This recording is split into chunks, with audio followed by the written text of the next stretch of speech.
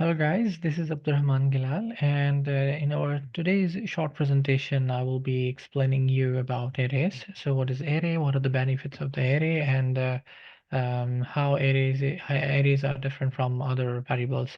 So let me quickly draw something before we go further to explain. Like if I am talking about class in Java, basically I'm talking about this, that there will be a name and there will be some attributes and there will be some methods or behaviors of the class. So attributes such as if I am making a person class, so I'm saying person is a class. So let's say what is the name of the person and what is the age of the person, let's say. And what is the method like eat, sleep. Okay, this is what we discuss in our presentation as well. So what is name and age? So technically that is a value if I see. How about these two things like methods? They are something behavior, which means that here I have to define methods. So now this name and age, when these two things come, it means these are some values. So it means I'm saying about data. So when I wanted to receive some value for the name, what type of data should be there? So this is how the hierarchy goes. So type of data can be the value. So let's say if I say string, so it's going to be one type of value. If I say integer, it's going to be another type of value.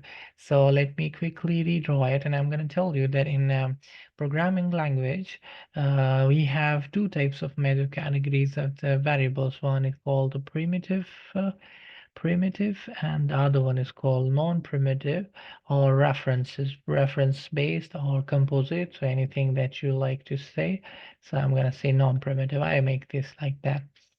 So what do I mean from primitive? I mean like all the singular type of variables such as integer, float, a double. So all the things that you have so far studies like short, long, bytes, anything that is here is called primitive. So the non-primitive, which means the reference-based or composite ones. So you have also learned something about a string, and the objects you made by yourself. You made the object the other day that you made a class, and today we are going to learn about arrays. So array is also one of the types that considered to be in the non-primitive. So how array is different from the other variables? In other variables, such as you create an integer x is equals to y, so they only store one value. So now what if you want to store more than one values to x? So let's say if you say x is equals to 5 and you wanted to say x is equal to 6, so it replaces the 5, right? So it does not actually let you keep both. So you got a scenario where you have to have multiple values for x. So there you need to learn about array. There are some good benefits of it, that for instance, if I want to store the synonymous details of students, that how many, let's say, courses you have taken and what are the marks for those courses, and many other things that are, you know, the same thing, homogeneous. So I say integer square brackets. This is square brackets. Let me redraw it. So let's say integer square bracket starts, square bracket ends, and here says x. So this means that I am making it composite. So this is how it is different from the primitive one where you do not give any square bracket. So now how you want to assign how many numbers will be there, how many values will be there, you should write new keyword, and the same thing that you should give integer, and then maybe you can give us the value like 5. So this is how you make the array variable, which means array is a reference-based variable or a non-primitive variable, which stores more than one value of the same type, which means now integer type. All the x values will be of integer type. So all 5 values will be of integer type. So another thing that we have to understand about array, give me a second to move to the new slide. As per the Walter Savage says, is to understand the indices, because indices is another important concept in array variables. So why? Because let's say if I am saying integer x is equals to 5, here there will be only one space in the memory occupied. So the x will be representing this memory. That's it. But when I'm saying integer, square brackets, x, and then I'm gonna say new, and I'm gonna say, sorry, integer, and I'm gonna pass values like 5. So here there will be 5 boxes assigned to x. 1, 2, 3, 4. Okay. And then how am I going to access each of them? So there will be a number given to them by the compiler. So these numbers are called indices. So indexes or indices, anything that you like to say. So let's say if I want to put any value over here, I will be saying x0. So you cannot simply say x0. You have to say x square bracket 0. So now any value you put here, let's say you put 10, that will go here. And then let's say, for example, you say x3 and is equals to 20. So where this value will go? So this value will go here. Though the size is 5, but the indices will start from 0. So you don't have to get confused that if you are running anything like a loop or something. So this is just an index to access the number, access the fifth element. So elements are 5. So let's say this is integer, and generally there are 32 bits, which means 8 bytes given to the how to say, to the integer in Java. So 5 into, let's say, sorry, 4 bytes. This is 4 bytes, my bad. So 5 into 4 is equals to 20 bytes. So memory will be of 20 bytes, even if I assign one value or if I assign 20 values. So that's gonna be something, another challenge, that how you handle that. Let's say you may have how to say, condition where you have already known about exact number of variables, but there is a possibility that you do not exactly know. So what you're going to do? So you may ask from the users and then simply come and start putting your, how to say, putting your index number, sorry, putting your number of variables right in the square brackets, or you can be directly declaring it while the time of how to say, declaring the array, such as, for instance, let's make another way. So I made the integer, sorry, here integer, I create a square bracket and I say, let's say x, and I just started putting values 1, 2, 3, or any values, or let's say string square brackets, and I say x or names or anything. So I say uh, so anything that I put will be here.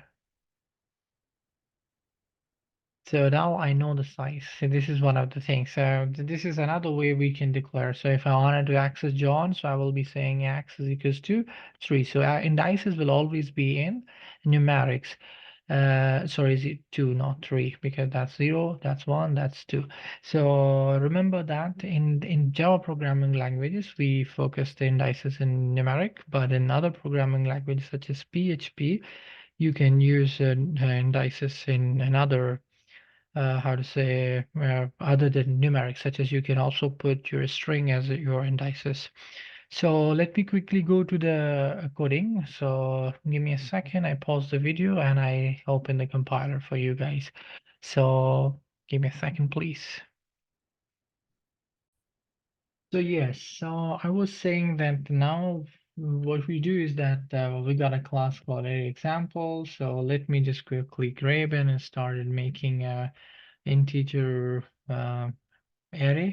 So I say, like, let's say numbers. So I'm gonna make an integer array called numbers, and I'm gonna give it a size such as integer of 5. So this is going to create 5 spaces in the memory with the name called numbers. So in order to access each number, we can go like 0, 1, 2, 3, and 4, right? So let me quickly see, like, if I want to assign a value to the number, like let's say 5 for 0, or I can make it in a simpler way that I do not assign value to, oh my goodness, it should be number instead of integers. Okay, so let's say numbers, I say numbers, and then I put, let's say 4, and I put value 10. So, and I also just simply try to see like how it appears and I try to print. Okay, so I try to print numbers and I print 4. Let me see, does it come properly? So let me run it, and yes, it's an array example. So yeah, this is a 10. You're gonna see it appears right. So what if I put something which is not as a number? So it will surely create an error. So let me run it and see. It tells me that you have something index 5 out of bound. So what is out of bound? As I told you in my previous explanation, that out of bound means the length is more than what actually you are supposed to key in. So how to do that? So the number one, let me just print numbers. Can I print numbers? Let's see first. So numbers. So I got some address in the memory or somewhere. So that's an address. So now I can't go into that. So because that's the memory stuff, right? And I put numbers dot, so I get the length. So now I want to see that is there any number the length, so run it and see. Yeah, that's a 5. So what I mean is that sometimes there's a possibility that you receive the number from user and you may not know how many numbers are there. Sometimes you have in a dynamic array, so this area is called static because we have the size defined and that's not going to change. Dynamic means that you may extend it, you can reduce it, so anything that is actually you know manageable during runtime, so it can be a dynamic.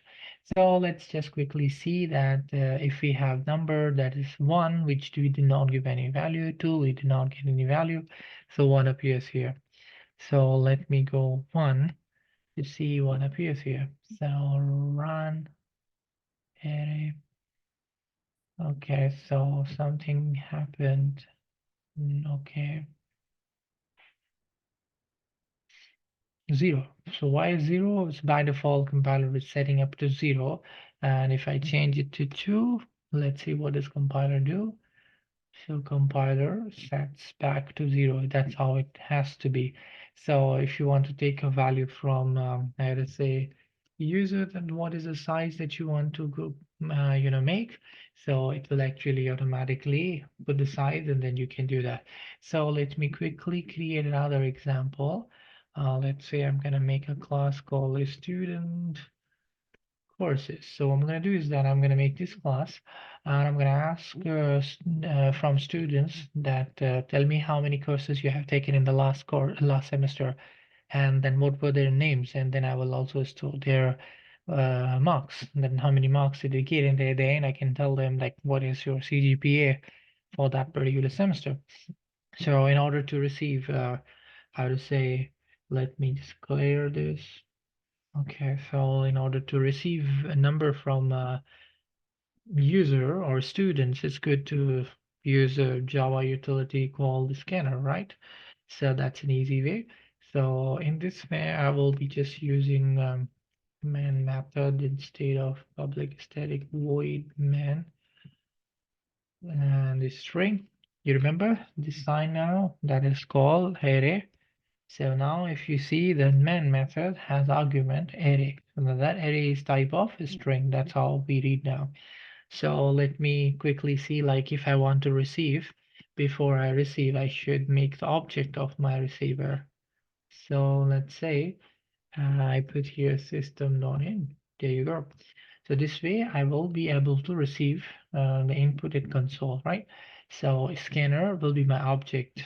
So scanner may have line reading, may have integer reading, may have other types of reading.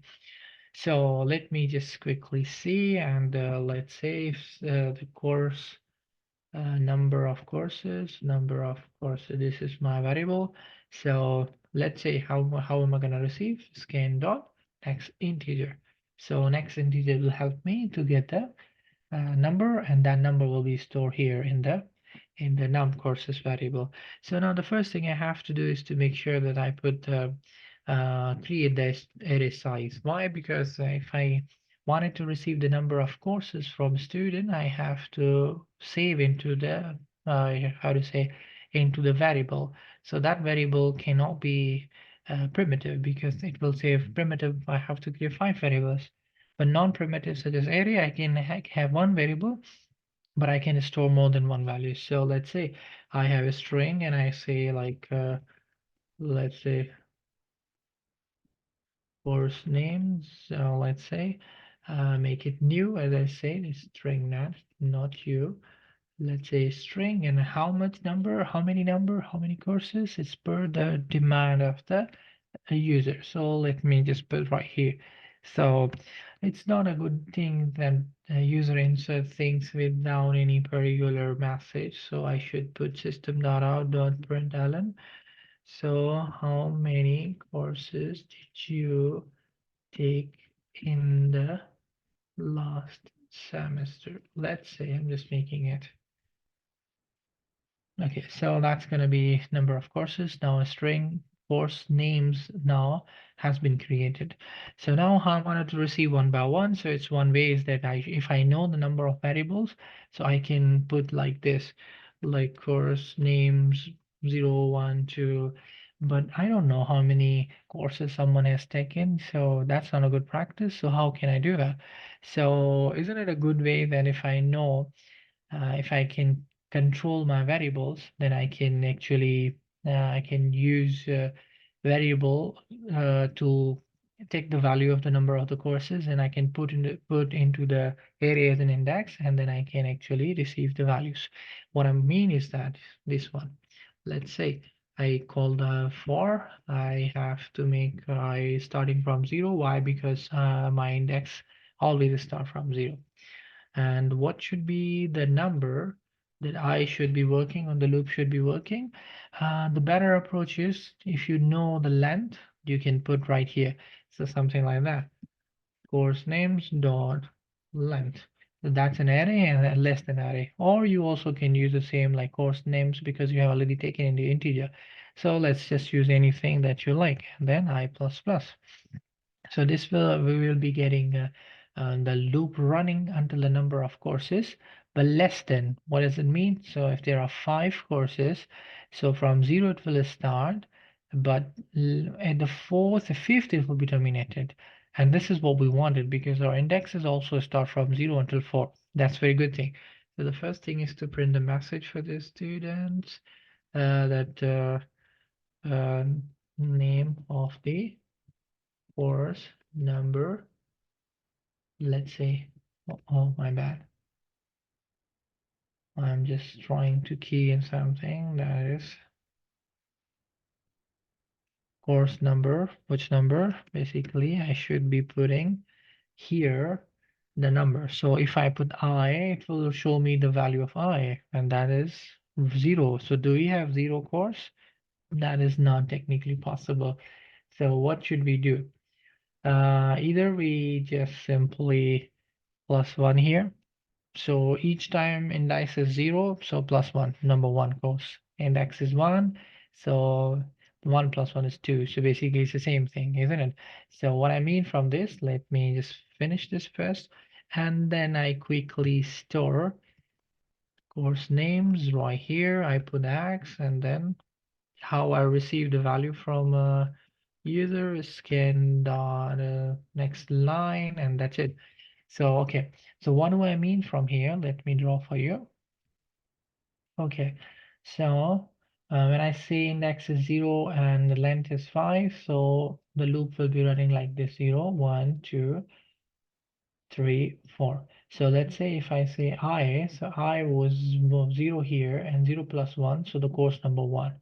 So when I will come second time, so it will be 1 plus 1 is equals to 2, so the course will be 2. And that's the logic when I was saying that course number 1 will be stored here. Course number 2 will be stored at index 1. Course number 3 will be stored in number here, and this is how it will be going. So that's very simple, right? So the basic logic is saying that we start from 0 and ends up at 4. This is how, let's say if the number were 5, if the number was 5. So that's what I was trying to tell. So let me just quickly, okay.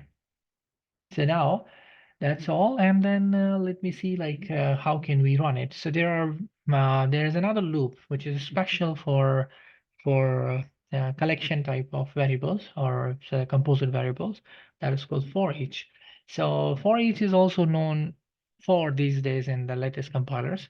So you can also do like that. So how you receive the value or the type of the variable, and then here you put the course only, and then here you put the composite variable that you actually want to take the values from. So let's say I want to take the values from courses. So that's it. So I repeat once again, let me highlight you. So this is the type of the value that you will put into the course, and you know this is a composite variable, so it will automatically be taking one by one. So the first is zero, so zeros course will be here, and the second course will be here, third will be here. So as long as the numbers are there, so this loop will automatically be taking value from it. So it's another way I wanted you to know that we can actually take the values from the loop. So okay, let me finish this. Okay, so what am I going to do is that the same thing, system dot out dot println, and I gonna put the course, because here I do not put the courses, here I just put the course. That's here, right? And that's it. So let me run it. Okay, everything is fine. Let's run it. So student courses, stop and run here. So tell me, how many courses did you take in the last semester? I said I took 3. Okay, so there is a problem. You see number 1 and number 2. It does not let me input for number 1 and directly input number 2. Why it happens? So, okay, so there is a logical error which we can simply identify here. When I let me read off for you. When I say that I wanted to receive integer, from the console, so I write, let's say 3, and I had hit enter, so that is enter key. So there's the enter key is also stored into the memory. So 3 is stored into this variable, but the enter key is also there. So when we next time come to any input level, so basically it brings me back to the enter key. So enter is the same thing, like I insert enter, so the next input automatically goes to the next line.